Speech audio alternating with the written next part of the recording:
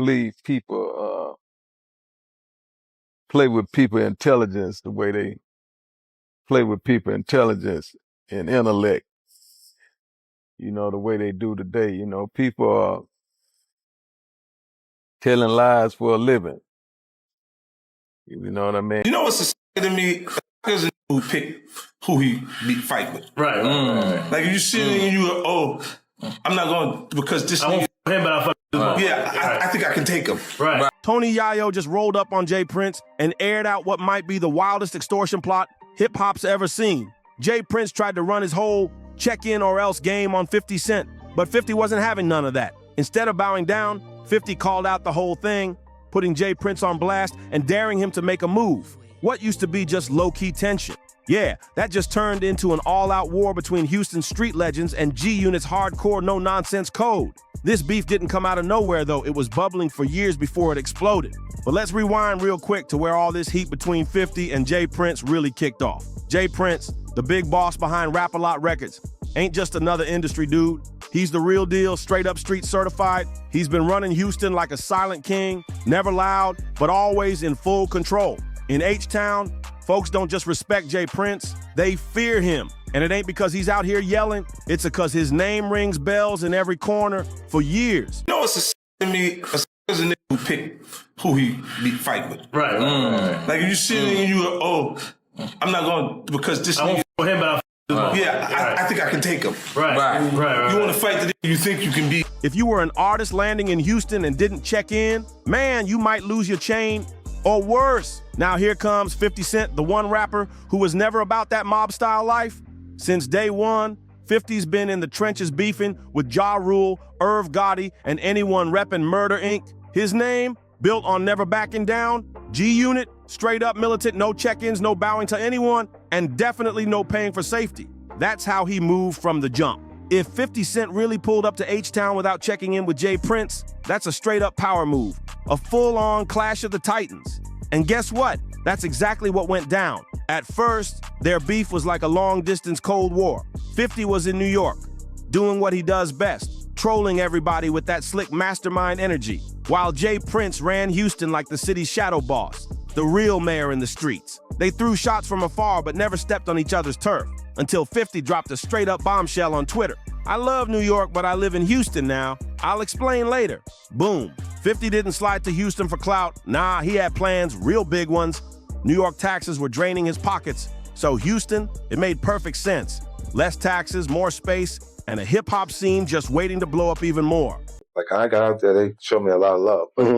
But Shreveport had the infrastructure already here. Like, even the tax incentive was put. Well, yeah. And so a lot of people have been talking about, man, he's here only because they gave him a cheap deal or something like that. The reality is there's more to that deal. Yes. Way more. They can't see Break that down. I'm spending $20 million this year anyway, in the same building that they're saying was the cheap building. Right. So find somebody else to spend $20 million. Branson Cognac? Yeah, that needed a southern base, and Houston's liquor game was lit. 50 was ready to tap into the culture, build his empire, and bring that entertainment money right into the city. But here's the catch. He didn't check in, not once. And Jay Prince, he wasn't feeling that at all. Word on the block was Jay Prince took that as straight disrespect, like 50 was trying to play king without even giving props. Some say Jay Prince sent his people to put the squeeze on 50. Hard. Whispers even claimed he wanted 50 to drop cash for street protection. But 50? Man, 50 wasn't about to fold for nobody. Not now, not ever. 50 wasn't playing. He told his crew straight up. Maybe we need to change the word for the youngsters. The checking in part, is they seem to get hung up on that word, checking in. Yeah. So if we could diversify that word and bring it up to a 2021 thing. Right. What's the word, OG? What's the word? Maybe we may want to tell them they need to get connected. G-Unit rolls deep with their own security, and they don't get extorted, not in the name of respect or anything else. And that's when things really popped off. Jay Prince allegedly tried to hit 50 with a no-fly zone over Houston, basically saying, "You ain't welcome here." Now, that kind of move might work on smaller artists, but not on 50. 50 went all in on Jay Prince, clowning him on Instagram like it was free promo for a comedy show. Memes, slick captions, subliminal jabs. He turned the whole beef into a circus and let everybody know he's not about that mob life. 50 didn't just call him out, he dared Jay Prince to pull up. But while 50 was out here trolling, behind closed doors, it was a different story. Things got messy. 50 was already deep into plans to build a $20 million G-Unit film and TV studio right in Houston. This move was about more than just business. It was gonna bring jobs, internships, and major attention to the city. But out of nowhere, boom, the whole project got moved to Shreveport, Louisiana. Officially, 50 said it was because the infrastructure was better there. But if you've been paying attention, you know the truth. Houston street politics were on fire, and 50 wasn't about to play nice with snakes. Now here's the twist. This part is straight poetic. Jay Prince might have tried to push 50 out. You're stuck on stupid, right? Yeah. You're stuck on stupid, and you're not using your powers or access to powers that you have. You're looking at it as a negative versus a positive. You know, we all know if you can tap into good people wherever you go. Wherever, yeah. But I mean, it's a blessing, Rick. Real talk. But the city, oh, they had other plans. In 2022, just a year after 50 touched down in Houston, the city wasn't just putting up with him, they were showing mad love. The mayor himself, Sylvester Turner, handed 50 the key to the city and made November 24th officially 50 Cent Day. During the Thanksgiving parade, they treated him like a hero. Turner praised him as a boss, a philanthropist, and gave him props for helping high school kids through his G-Unity program. 50 was standing on that float like he'd been born and bred in H-Town, holding it down like he owned the place. But that ain't even the half of it. Through his G-Unity Foundation, 50 started giving back heavy. We're talking turkey drives, toy giveaways, school donations, the whole nine. He wasn't just showing face, he was making real moves in the community. And it didn't stop there. 50 linked up with the Houston Rockets, Texans, and Astros, pushing his Spirits brand to a whole new level. By 2023, 50 had already dropped $850,000 worth of toys for the kids. No cap. Then in 2024, he helped raise $500,000 for the Houston Children's Charity. And get this, he did it in style, auctioning off 2 giant bottles of his exclusive Le Chemin du Roi Shaman Duo champagne. That one event pulled in $6 million total. The man wasn't just living in Houston, he was running up the numbers and putting on for the city. Meanwhile, Jay Prince was allegedly watching all this unfold like a king who'd lost his throne. The man who once ran Houston from the shadows now had to sit back and watch somebody else getting all the love in the spotlight. It was a whole new era, and Jay Prince wasn't calling the shots no more. Then, Tony Yayo, G-Unit's loudest voice, stepped in. On Vlad TV, he finally spilled the truth about why they never played that check-in game. And he had some advice for the streets, for folks like 50 who kept it real. The whole check-in game, Tony Yayo broke it down for what it really is. A slick hustle to line up rappers for extortion. You check in, you pay up, or you risk getting robbed. Simple as that. Jay Prince built his whole rep off this so-called protection system for artists landing in Houston. He crowned himself the king of H-Town, running this fake-friendly setup called checking in. Sounds cool on the surface, right? But when you look deeper, it's just a dressed-up extortion scheme. Here's how it goes. If you're an artist coming into Houston, you're expected to check in with Jay Prince. Show respect. And by respect, they mean run your pockets. They say it's to keep you safe. To make sure if your chain gets snatched, it magically finds its way back. But if you don't check in, that's when it gets ugly. Hey, I don't want no friends. I don't want no new relationships. All that. Hey, I don't respect none of that shit, man. If you got something for me, man, they got plenty around me you could call. I ain't nigga. It's plenty ways you could get in touch with me. Man, don't get on no internet and do nothing publicly. Don't do nothing dealing with no publicity, none of that pussy and shit. And I'm good on them keys, gangster. When you buy shit cash, two keys come with the car anyway. Man, man. Yayo even brought up Pop Smoke's death as a cold warning.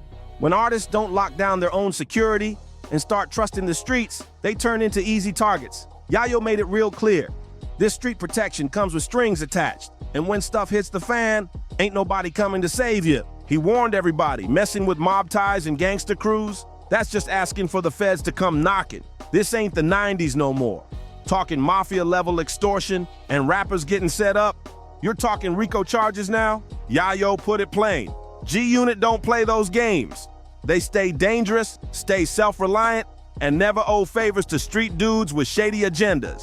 NB, just a young boy pulled up to Houston on some business, minding his own, but he refused to check in. And just like that, his spot gets hit. Chains gone, cash snatched, even his car keys disappeared. Next thing you know, Jay Prince pops up on Instagram playing the hero, claiming he recovered young boy's stolen goods. But instead of hitting up young boy directly, he's out here posting videos like some wannabe savior. Why? Young boy clapped back hard. He called out Jay Prince for what it was, saying if he really wanted to help, he wouldn't be flexing on Instagram like a 60-year-old clout chaser. Cameron and Maze, they weren't staying quiet either. They jumped in, dragging Jay Prince for acting like he still runs the block. They said real OGs uplift. They don't extort. And if you're still playing mob boss in your 60s, you already failed. AKA Jay Prince's second favorite hobby after intimidation. These high-stakes dice games are legendary in Houston, but not for reasons you want to brag about. The whispers, they've been loud for years. People saying these games are rigged setups, designed to trap rappers. And the most heartbreaking example, Takeoff. We all remember how Takeoff tragically lost his life after one of these dice games turned into a straight-up shootout. But what really went down? According to the streets, it wasn't just some random violence. Rumors say Jay Prince was salty because Takeoff and Quavo didn't check in the right way. So he allegedly told his people to send them a message. Just a little scare, but it went way too far and turned deadly. Takeoff's life was taken just like that. And Jay Prince, he dodged accountability like a pro. Every time someone brought it up, he'd deflect, mumble through some half-baked excuse, and downplay everything. Word is, he even admitted he destroyed evidence, trying to wipe the slate clean. But Takeoff wasn't the only victim in this dark game. Remember Duke the Jeweler? The man won $100,000 in a dice game, probably thinking he just had the best night of his life. But before he could even get to his car, he was ambushed, robbed, and killed. Another talented black man gone over what? Rigged dice games and a twisted street code that leads nowhere but the grave. So when you put this next to what 50 Cent's doing, building community centers, feeding families, it's not even close. One man's building a legacy, while the other's holding Houston in a chokehold with old school fear tactics. And 50, he ain't just trolling for kicks anymore. Allegedly, he's been collecting evidence. Word on the street, 50's been moving in silence, talking to people behind the scenes, stacking up proof that this whole check-in hustle is nothing but a straight-up extortion racket. He's been dropping little hints about the feds stepping in, and if that goes down, it's game over. 50 ain't out here bluffing. He plays chess. And Mike and Junior was walking by. He actually went in the restroom to wash blood off his hand where he had reached up under Takeoff. He had to pick him up, and his fingers went in it. You know why? Blood well. Not checkers. Sure, he's clowning with memes right now, but behind closed doors, he might just be building a legal case or keeping those receipts for that final blow. One post, one leak, one Fed tip, and Jay Prince's whole empire could crumble in seconds. One man's got the streets, the other, he's got the city. But only one is winning this war. 50 Cent didn't just slide into Houston, he took over. While Jay Prince was allegedly out here trying to chase artists away, 50 pulled up, got crowned by the mayor, and built real programs that gave back to the people. Now that whole check-in empire, it's looking real shaky. So tell me, who really runs Houston now? The street boss hiding in the shadows? Or the man holding the key to the city? Drop a comment and let us know. Did 50 go too far? Or is he the hero we needed to pull back the curtain on hip-hop's dark politics? Don't forget to like, subscribe, and share this video if you're feeling it. And stick around, because trust me, it gets even messier in the next one.